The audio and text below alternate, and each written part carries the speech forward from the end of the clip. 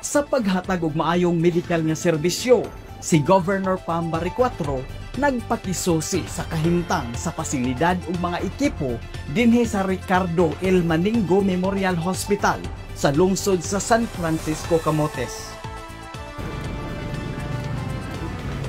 Welcome daw! Uban ni Capitol Piso Consultant on Health, Dr. Elise Nicole Catalan, gisusi ni Governor Pambari 4 ang Ricardo Maningo Memorial Hospital sa San Francisco, Camotes.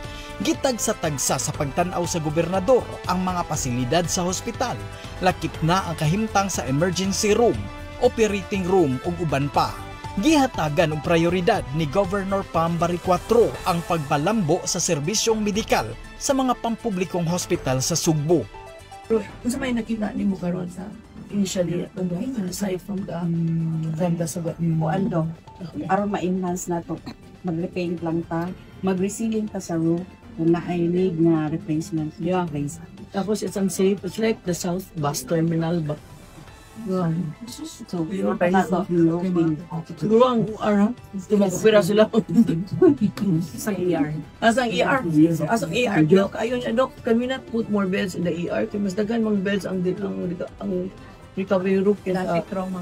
Traffic trauma is our Sa Ricardo Maningo Memorial Hospital, ang team sa gobernador daghan og naobserbahan nga kinahanglan ayuhon sama sa gubaon nga atop ug uban pa nga kinahanglan og repair alang sa hamugaway nga pagserbisyo sa katawhan. I think the lighting has to be improved on. Kita ninyo no nga so dinyo kuwang kaayog suga ngit-ngit.